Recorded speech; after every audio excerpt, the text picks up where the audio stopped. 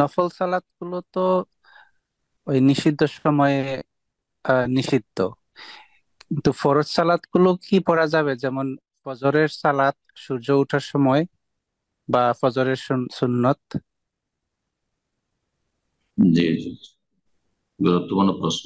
বিষয়ের সাথে সম্পর্কিত প্রশ্ন করলে বেশ ভালো, আর সময় উপযোগী প্রশ্ন করলে। তার বিষয়ের সাথে সম্পৃক্ত প্রশ্ন হলে সালাত সংক্রান্ত প্রশ্ন হবে। আর সময়কে কেন্দ্র করে যদি প্রশ্ন করেন তাহলে হজ উমরা সম্পর্কে, জিয়ারা সম্পর্কে প্রশ্ন হবে। জি, আল্লাহ তৌফিক দান করুন।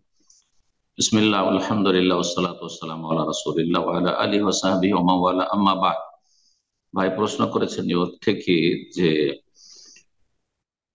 নিষিদ্ধ যে সময়গুলি রয়েছে সেই সময়গুলিতে তো সালাত আদায় করা নিষিদ্ধ, তো এই সময়গুলিতে ফরজ সালাত আদায় করতে পারবো কিনা, আর ফজরের সুন্নত আদায় করতে পারবো কিনা। আলমারা বলেছেন নিষিদ্ধ সময় যে পাঁচটি আমি আলোচনায় বললাম তার মধ্যে তিনটি হচ্ছে কঠোরভাবে নিষিদ্ধ সময়, আর সেই সময়গুলি খুব সীমিত সময়, অল্প সময়ের। জি, এই তিনটি হচ্ছে ঠিক সূর্য উদয় হওয়ার সময়, সূর্য ওঠার সময়।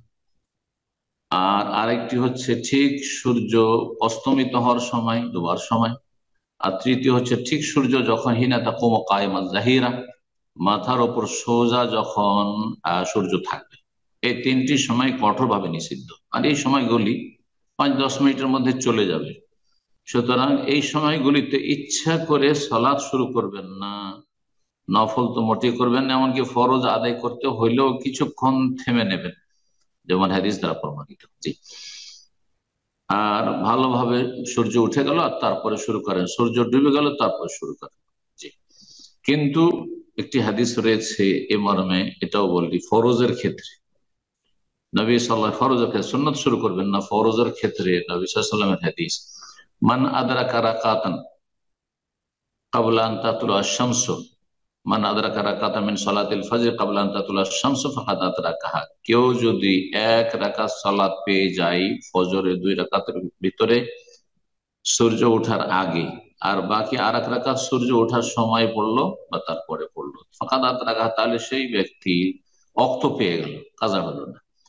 অমান আদরাকা রাকাত মিন সালাতিল আসর ক্বাবলা আন তাগরুবা আশ-শামস ফাকাদ আদরাকাহা। আর কেউ যদি সূর্য ডোবার আগে আসরের 4 রাকাতের ভিতরে 1 রাকাত পেয়ে যায়, তো বাকি 3 রাকাত সূর্য ডোবার পরে পড়ে নেবে, শেষ সলাতের অক্ত পেয়ে গেল। যদিও ইচ্ছা করে যদি এরকম কাজ করে তাহলে সে গুনাহগার, অনিচ্ছাকৃত, ঘুম ভাঙেনি, ভুলে গেছিল।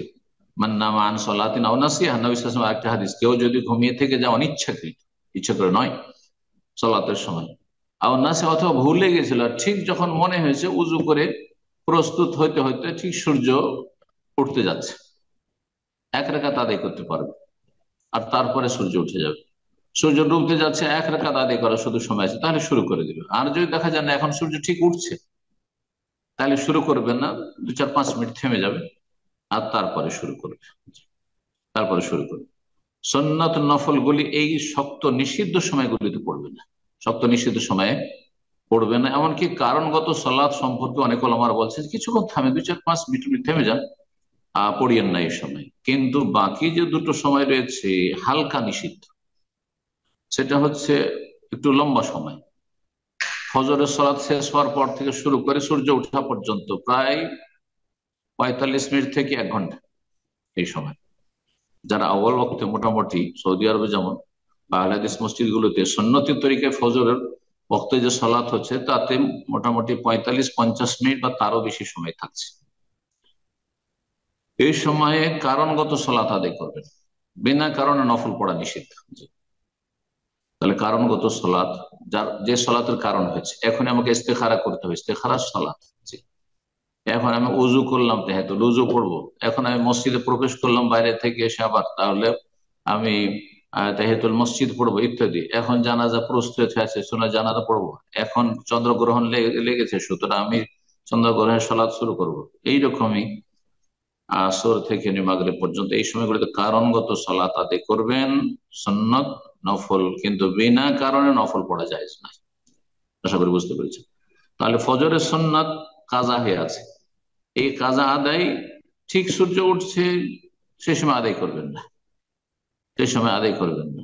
ধরেন আপনার জোহরের সুন্নত আপনি কাজা করতে চাইছেন, ঠিক সূর্য ডুবছে ওই সময় আদায় করবেন না, কিন্তু আসর থেকে মাগরিবের মাঝে কাজা করতে পারেন, কারণ গত আপনার উপর কাজা আছে, দায়িত্বে আছে, কাজা আদায় করতে পারবেন। নবী সাল্লাল্লাহু আলাইহি ওয়াসাল্লাম একদিন জোহরের সুন্নত পড়তে পারেননি, ব্যস্ততায়। এক প্রতিনিধি এসছে ইসলাম সম্পর্কে, ইসলামের দাওয়াত গ্রহণ করার জন্য বা শোনার জন্য, আর তাদেরকে নিয়ে আসর পর্যন্ত ব্যস্ত থেকেছেন, তারপর আসর করে কাজা করেছেন। নিষিদ্ধ সময় তাহলে কাজা করেছেন, কিন্তু কঠোর নিষিদ্ধ সময় ঠিক সূর্য ডোবার সময় নয়। তাহলে যেটা বললাম যে ফরজ সালাত গুলি আদায় করার ক্ষেত্রে নিষিদ্ধ সময়গুলিতে আদায় করতে পারবেন কিভাবে, আর সুন্নত বা নফল এগুলির ক্ষেত্রে কেমন ভাবে আদায় করতে, কারণগত হলে তাহলে আদায় করবেন, আর বিনা কারণে হলে আদায় করবেন না। আল্লাহ তাআলা